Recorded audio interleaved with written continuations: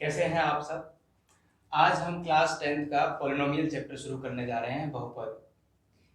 बहुपद में इस चैप्टर में हम पढ़ेंगे कि बहुपद क्या होता है, पॉलिनोमियल क्या होते हैं, पॉलिनोमियल की डिग्री क्या होती है, पॉलिनोमियल की वैल्यू क्या होती है और पॉलिनोमियल के जीरोज क्या होते हैं।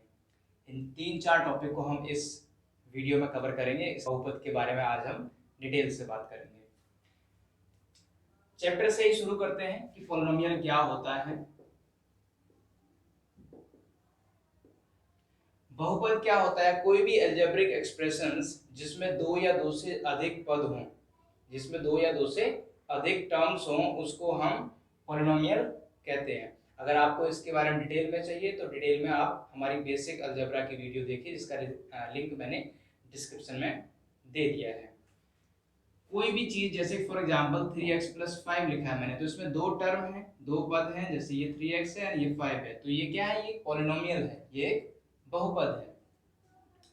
3x² + 5x - 3 अगर मैं करूं तो यहाँ पे तीन पद हैं, ये भी आपका एक पॉलिनोमियल है, बट इसमें तीन पद है, कोई बात नहीं, पॉलिनोमियल है।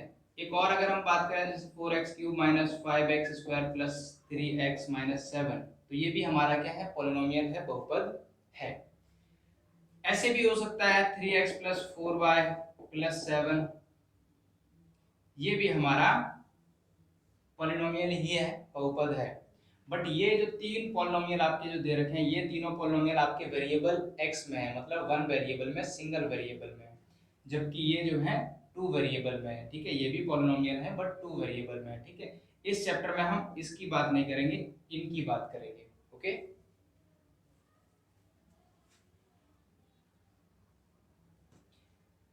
सबसे पहला टॉपिक इस चैप्टर में जो आता है वो है डिग्री।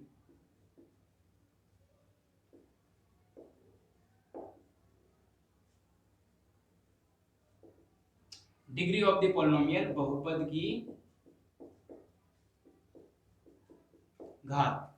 बहुपद की घात समझना बहुत आसान है। कैसे समझना है? देखिए, सबसे पहले बात तो ये देखेंगे हम कि जो वेरिएबल है, बहुपद की घात पॉलिनोमियल की डिग्री समझने के लिए सिंपल है कि हम पहले वेरिएबल देखेंगे। वेरिएबल में जो भी हमारा पॉलिनोमियल दे रखा है, उसमें आप वेरिएबल की पावर देखिए, डिग्री देखिए क्या है। सबसे बड़ी डिग्री देखिए क्या है। सबसे बड़ी डिग्री जो होगी वही उस पॉलिनोमियल की डिग्री मानी जाएगी। जैसे यहाँ पर अगर देखा जाए तो यहाँ पर x यहाँ पर है, x की पावर यहाँ पे 1 होगी, इससे बड़ी पावर x की यहाँ पर नहीं है, इससे बड़ी पावर इसमें x की नहीं है, तो इसमें इसकी डिग्री जो है, इस पॉलिनोमियल की डिग्री क्या हो गई? 1 हो गई। ऐसे ही इसमें x की सबसे बड़ी पावर 2 है, छोटी है 1 भी है, बट सबसे बड़ी आपकी जो है 2 है। 2 से बड़ी इस पॉलिनोमियल में कोई डिग्री नहीं है, कोई पावर नहीं है वेरिएबल की, इसलिए इसकी डिग्री क्या हो जाएगी? 2 हो जाएगी। ऐसे ही इसकी डिग्री क्या हो जाएगी? 3 हो जाएगी। समझ पा रहे हैं? डिग्री निकालना सिंपल है, बिल्कुल सिंपल है। अगर आ गया x की पावर 35 + 100, x की पावर 27 - 27, x की पावर 20 और 80 मान लेते हैं। ठीक है, 80, तो इसमें सबसे बड़ी पावर x की क्या है? 80 है, तो इसकी डिग्री क्या हो जाएगी? 80।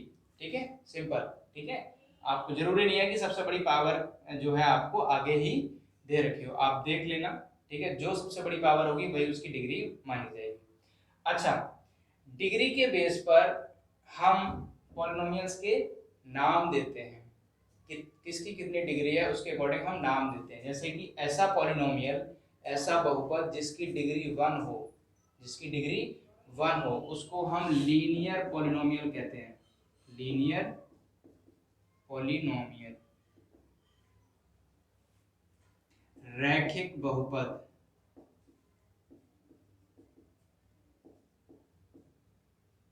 ऐसा पॉलिनोमियल जिसकी डिग्री 2 हो, 2 हो, उसको हम क्वाड्रेटिक बोलते हैं, क्वाड्रेटिक पॉलिनोमियल।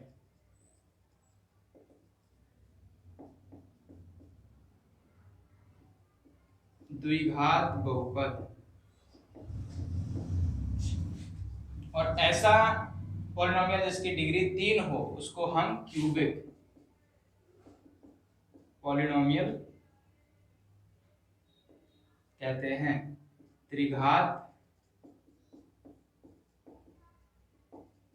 बहुपद कहते हैं। और अगर 4 डिग्री आ जाती है, 4 की मान लेते हैं, जैसे कि ये लिखा है x की पावर 4 माइनस 3x² प्लस 7, मान लेते हैं अभी सबसे बड़ी पावर यहाँ पे क्या है, 4 है, इससे बड़ी कोई नहीं है, तो इसकी डिग्री क्या है, 4 है, और 4 वाले को हम बोलते हैं बाय क्वाड्रेटिक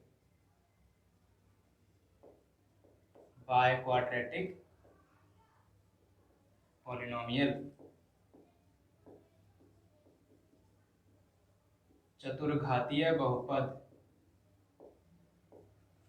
ओके, तो इस तरीके से हम नाम देते हैं, समझ में आ गया कि डिग्री 1 है तो रैखिक है, लीनियर है, पॉलिनोमियल, 2 है तो क्वाड्रेटिक कहेंगे, 3 है तो क्यूबिक पॉलिनोमियल कहेंगे, 4 है तो बाय क्वाड्रेटिक पॉलिनोमियल कहेंगे। ठीक है, इस चैप्टर में हम मेनली इन दो के बारे में पढ़ेंगे, थोड़ा सा इसके बारे में भी पढ़ेंगे, तो हमारा फोकस मेनली जो है लीनियर पॉलिनोमियल और क्वाड्रेटिक पॉलिनोमियल पे रहेगा। ठीक है, ये डिग्री की बात थी, क्लियर है आपको? ओके। अच्छा, एक चीज और है इसमें कि पॉलिनोमियल सिर्फ वही होता है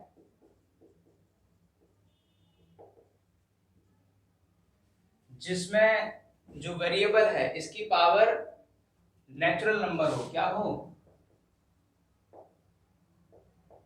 नेचुरल नंबर हो सिर्फ, और कोई ना हो, मतलब पावर फ्रैक्शन में नहीं होनी चाहिए, पावर माइनस में नहीं होनी चाहिए। अगर ऐसा है तो वो पॉलिनोमियल नहीं माना जाएगा। जैसे फॉर एग्जांपल अगर मैं यहाँ लिख दूं 3x की पावर हाफ प्लस 2, तो ये पॉलिनोमियल आपका नहीं है।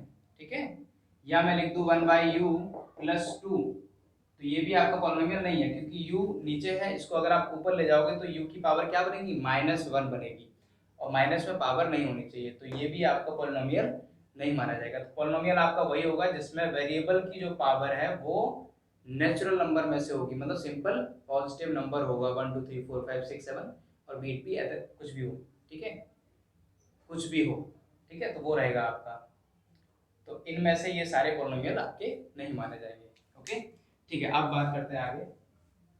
अच्छा, अगर हम जनरल फॉर्म की बात करें कि जनरल फॉर्म,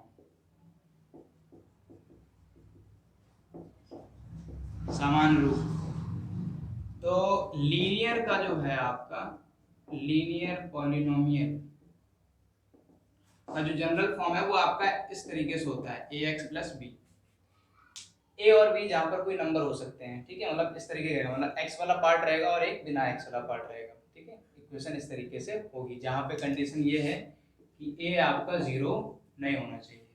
क्यों नहीं होना चाहिए? क्योंकि a ही तो पहचान है, a की वजह से x है, अगर a 0 होगा तो x तो खत्म, और x खत्म तो फिर काहे का लीनियर। ठीक है, समझ पा रहे हो, x खत्म, क्योंकि x की पावर 1 इसी से तो पहचान है, इसकी लीनियर हम इससे बोल रहे हैं। तो यहाँ पे a आपका 0 नहीं होना चाहिए, क्योंकि a अगर 0 तो फिर वही बात, काहे का लीनियर। ठीक है, ऐसे ही आपका क्वाड्रेटिक का आएगा।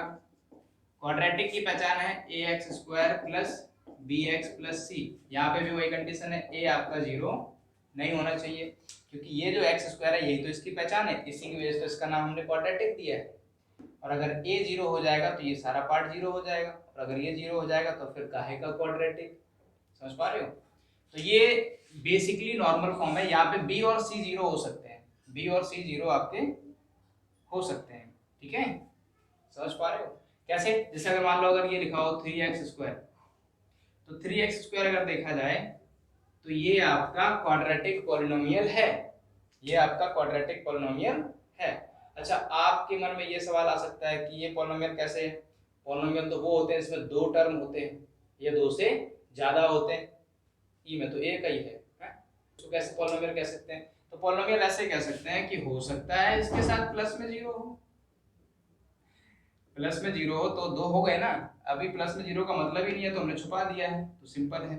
ठीक है, तो ये भी हमारा पॉलिनोमियल माना जाएगा, वो भी क्वाड्रेटिक माना जाएगा, तो इसकी डिग्री 2 है।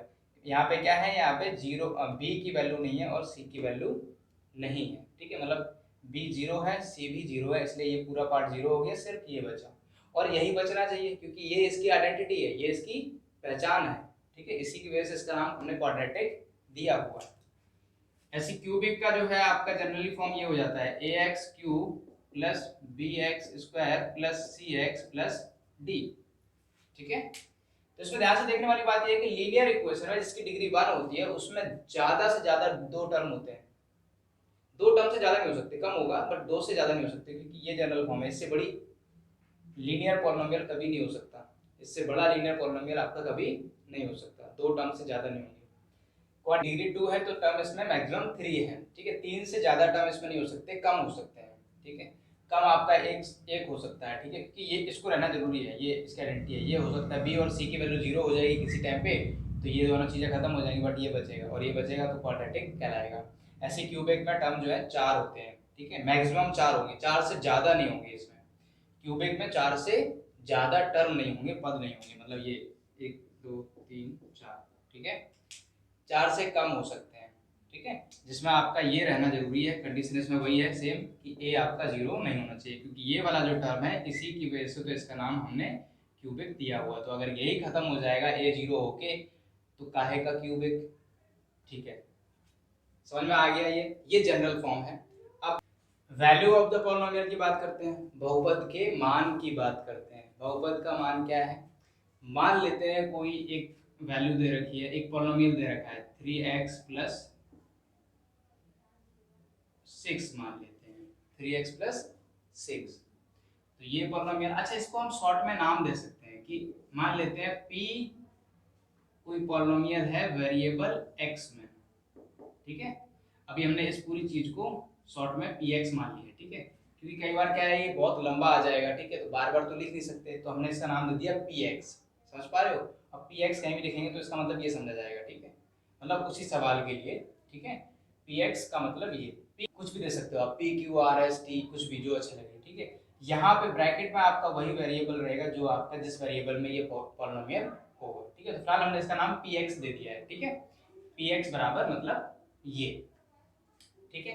तो value value of the polynomial क्या होता है? वैल्यू ऑफ द पॉलिनोमियल ये होता है कि अगर हम यहाँ पे x की वैल्यू पुट करते हैं, कुछ भी वैल्यू रखते हैं, तो इसका मान कुछ ना कुछ निकल के आएगा, इसकी वैल्यू कुछ ना कुछ निकल के आएगी।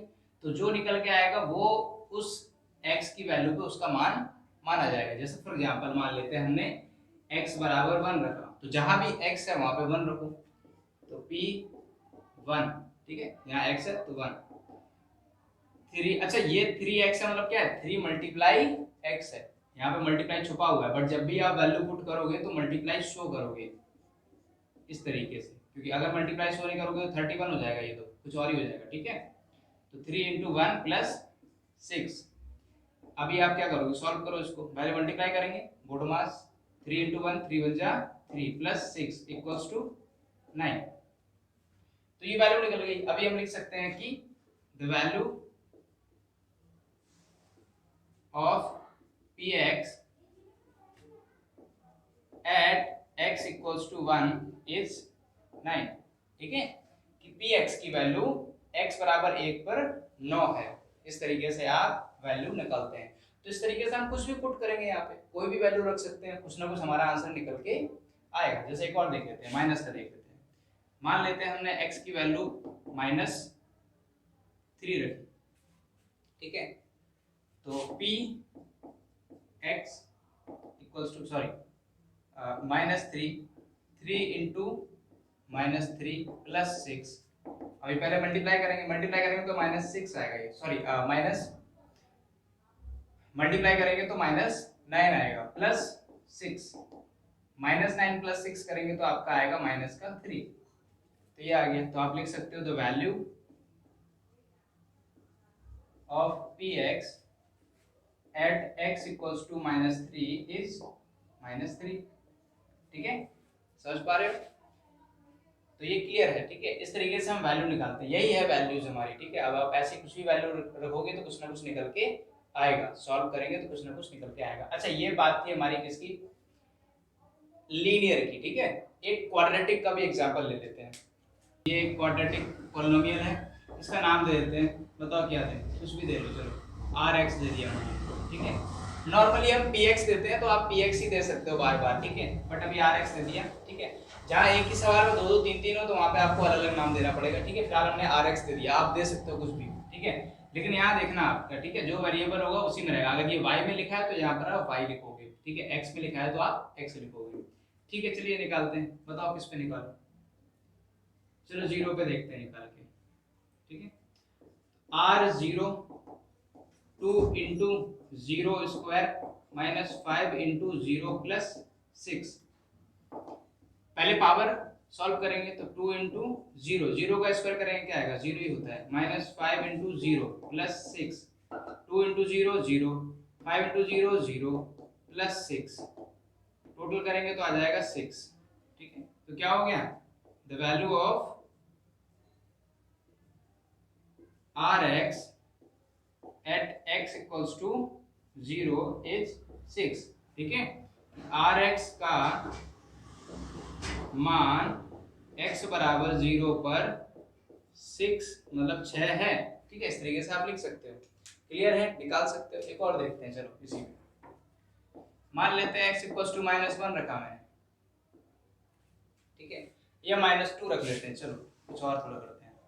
तो r -2 इक्वल्स टू 2 इंटू -2 का स्क्वायर प्लस, सॉरी माइनस है, -5 इंटू -2 प्लस 6, 2 इंटू -2 का स्क्वायर करेंगे क्या आएगा, 4 आएगा। ध्यान दो, माइनस की संख्या का स्क्वायर या प्लस की संख्या का स्क्वायर प्लस में ही आता है, ये 4 आएगा।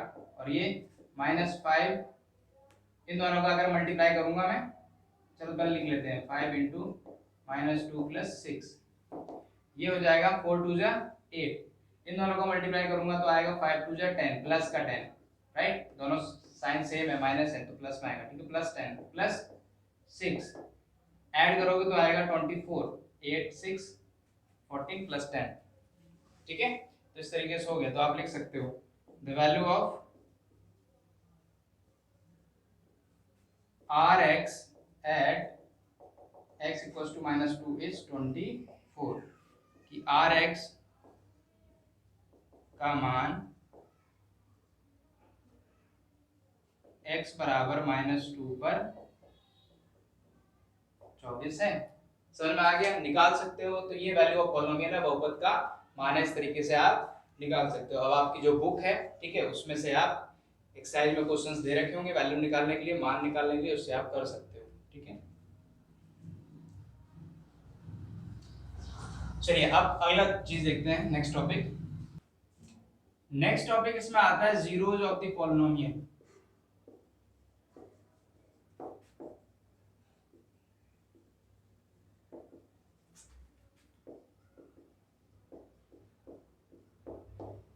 बहुपद का शून्यक, ये क्या होता है, ये जो टॉपिक है, जो अभी हमने टॉपिक पढ़ा था वैल्यू ऑफ द पॉलिनोमियल, उसी से जुड़ा हुआ टॉपिक है। देखो बहुत आसान है, जीरोज ऑफ द पॉलिनोमियल क्या होते हैं, बहुपद के शून्यक क्या होते हैं।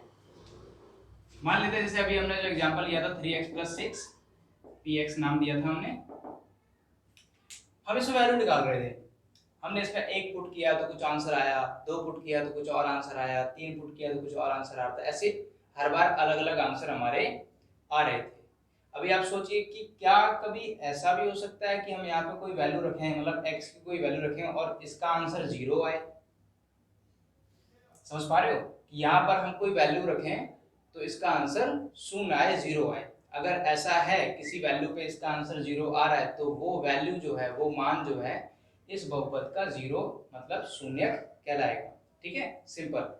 जैसे कि फॉर एग्जांपल मान लेते हैं, अगर मैं x बराबर -2 पुट करता हूँ यहाँ पर, तो p -2 equals to 3 into -2 plus 6, इसको सॉल्व करूंगा, -6 आएगा प्लस 6 आएगा, ये सब्ट्रैक्ट हो जाएगा, 0 आ जाएगा, 0 आ रहा है, 0 आ रहा है, इसका मतलब ये है कि -2 जो है हमारा, वो इसका शून्यक है,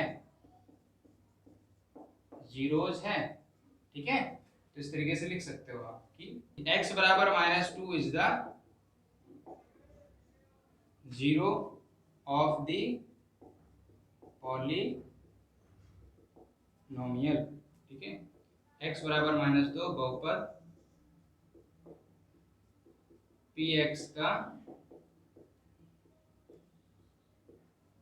शून्यक है, इस तरीके से आप लिख सकते, ठीक है, समझ में आ गया। तो x की जो भी वैल्यू पे किसी भी पॉलिनोमियल का जो मान है, जो आंसर है, वो 0 हो जाएगा, तो वो वैल्यू आपकी जो है उस पॉलिनोमियल के लिए शून्यक कहलाएगी, ठीक है।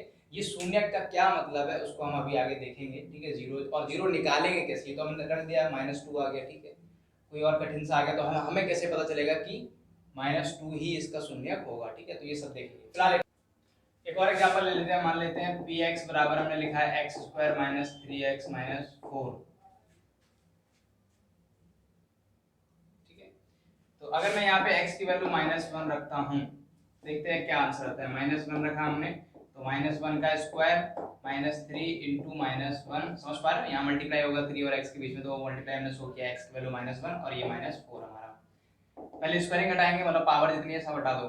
-1 का स्क्वायर करेंगे तो क्या आएगा, 1 आएगा, और ये -3 इंटू -1 करेंगे तो प्लस का 3 आएगा, 3 × 3 और माइनस इंटू माइनस प्लस, और ये आ जाएगा माइनस का 4। 1 + 3 ऐड हो जाएगा, 4 आ जाएगा, ये -4 रहेगा, तो आंसर आ गया 0। 0 आ रहा है, इसका मतलब ये है कि ये जो वैल्यू है वो इस पॉलिनोमियल का शून्यक है, जीरोस है। आप लिख दोगे बाद में, hence -1 is the zero of the polynomial px। px मतलब ये, ठीक है, जो हमने नाम दिया है। ठीक है, कि अतः -1 बहुपद px का शून्यक है। एक और देख लेते हैं, एक और इसी पे चेक कर लेते हैं। मान लेते हैं px इधर रखा है हमारा x² - 3x - 4। अगर मैं यहाँ x की वैल्यू 4 रखता हूँ, चेक करते हैं, 4 रखें, p4 = 4 का स्क्वायर -3 इंटू 4 -4, 4 का स्क्वायर तो 4 स्क्वायर हो गया, 4 स्क्वायर 16 आएगा, ये माइनस का 12 आएगा आपका, और ये -4 आएगा, ये 16 रहेगा, ये सेम है, साइन ऐड हो जाएगा, -16 आएगा, 16 - 16 करेंगे 0 आएगा। इस पे भी 0 आ रहा है, इसका मतलब ये है कि ये भी इसका शून्यक है, इसका 0 है। समझ पा रहे हो, 4 भी इसका जीरोस है, शून्यक है, इस तरीके से होगा। ठीक है, बाद में आप देख सकते हो, hence -4 is the four is the zeros of the polynomial px। समझ में आ गया जीरोस ऑफ द पॉलिनोमियल क्या है, इसको निकालना और इसका क्या मतलब होता है वो हम सीखेंगे बाद में। जीरोस ऑफ द पॉलिनोमियल की बात की अभी हमने, zeros of the polynomial find कैसे करेंगे, निकालेंगे कैसे, वो हम देख लेते हैं। ठीक है, लीनियर इक्वेशन के लिए देख लेते हैं, उसके बाद हम क्वाड्रेटिक का देखेंगे नेक्स्ट वीडियो। जैसे अभी हमारा दे रखा था px = 3x + 6,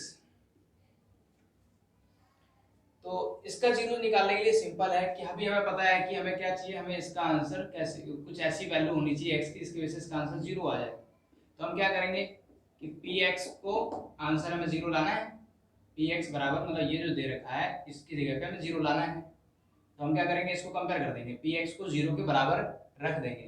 ठीक है, लेट px = 0। px क्या है, यहाँ पे 3x + 6 है, इसका मतलब हो गया 3x + 6 = 0। इसको सॉल्व कर लो, इसको सॉल्व करेंगे तो x की वैल्यू जो भी निकल के आएगी वो हमारा 0 होगा, क्योंकि हम बराबर 0 रख के सॉल्व कर रहे हैं। तो अभी क्या करते हैं हम, 3x हो गया, इसको हम उस साइड भेज देंगे, तो ये हो जाएगा, उधर जाएगा -6, यहाँ 0 है, 0 - 6 करेंगे तो -6 ही रहेगा, राइट। फिर x = हो जाएगा -6 डिवाइड बाई 3, मल्टीप्लाई में है तो इधर जाएगा, डिवाइड में आ जाएगा। इसको हम 3 से डिवाइड करेंगे, 3 × 3 3 × 2 6, तो x = क्या आ गया, -2। देखो यही वैल्यू रखी थी ना हमने, x बराबर -2, तो वही आ गया। तो ये x बराबर -2 हमारा जीरोस निकल गया। तो सिंपल है, जो भी आपकी लीनियर इक्वेशन दे रखी है उसको बराबर 0 रख के सॉल्व कर लो, x की जो भी वैल्यू आएगी वही हमारा 0 होगा। और ये बात सिर्फ लीनियर इक्वेशन के लिए नहीं है, क्वाड्रेटिक इक्वेशन के लिए भी है, क्यूबिक के लिए भी है। ठीक है, बट क्वाड्रेटिक को हम इस तरीके से सॉल्व नहीं करते हैं, उसका तरीका अलग होता है, जो कि हम नेक्स्ट वीडियो में देखेंगे। ठीक है, आज के लिए इतना ही फिलहाल। ठीक है, चैनल को सब्सक्राइब कीजिए अगर आपको ये वीडियो पसंद आई है, आपको समझ में आया है, या आपको कोई डाउट है अगर, तो डाउट कमेंट में कीजिए, समझ में आया तो इसको दोस्तों के साथ शेयर कीजिए, और इस चैनल को सब्सक्राइब करने को कहिए।